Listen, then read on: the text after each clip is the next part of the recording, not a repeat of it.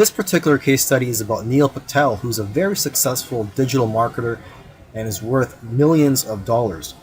Forbes says that he's one of the top 10 marketers, and Entrepreneur Magazine says he created one of the 100 most brilliant companies.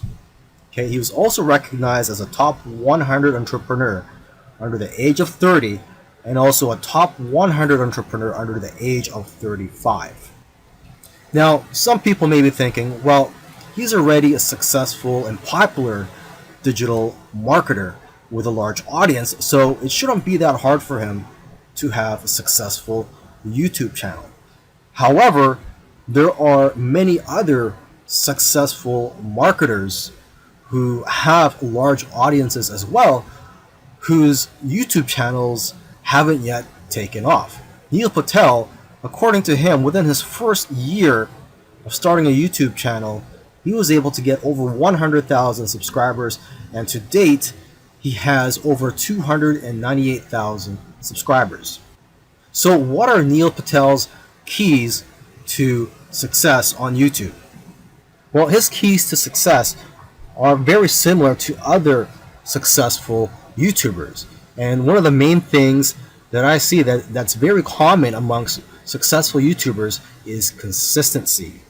Okay, he tries to shoot for 3 videos per week.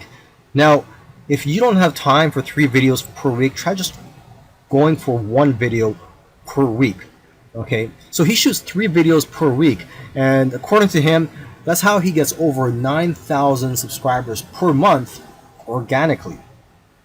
He also tries to optimize his videos, and ideally he makes them over 5 minutes long, because YouTube prefers videos that are at least over 5 minutes long, and of course have a good title and thumbnail.